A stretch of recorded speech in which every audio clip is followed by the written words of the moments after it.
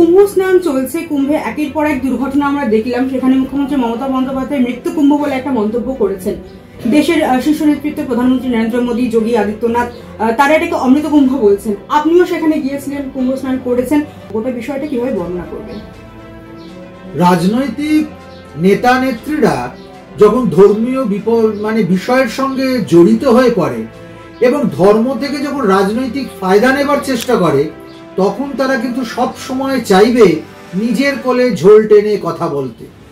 যে হিন্দু ধর্ম হাজার হাজার বছরের প্রাচীন, যে সনাতন ধর্মের ঐতিহ্য, পরম্পরা, রীতি নীতি পৌরাণিক কাল থেকে চলে আসছে, একটা 2-5 বছরে 10 বছর 15 বছরের মুখ্যমন্ত্রী সেখানে কিভাবে এটাকে মৃত্যু কুম্ভ, মৃত্যু কূপ এইভাবে অভিহিত করতে পারে?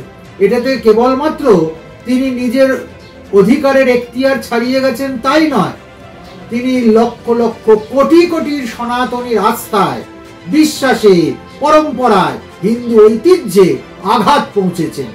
এত বড় অন্যায় কথা, অন্যায় তকমা, ইতর জনচিত শব্দ প্রয়োগ করে একটি ধর্মকে অভিহিত করা, এ কোনোদিন ধর্মগুরু হিসেবে আমরা মেনে নিতে পারি না। আমি বলতে বাধ্য হচ্ছি, উনি ওনার এখতিয়ারের সীমানার বাইরে গিয়ে কোটি কোটি হিন্দুর হৃদয়ে আঘাত দিয়েছেন।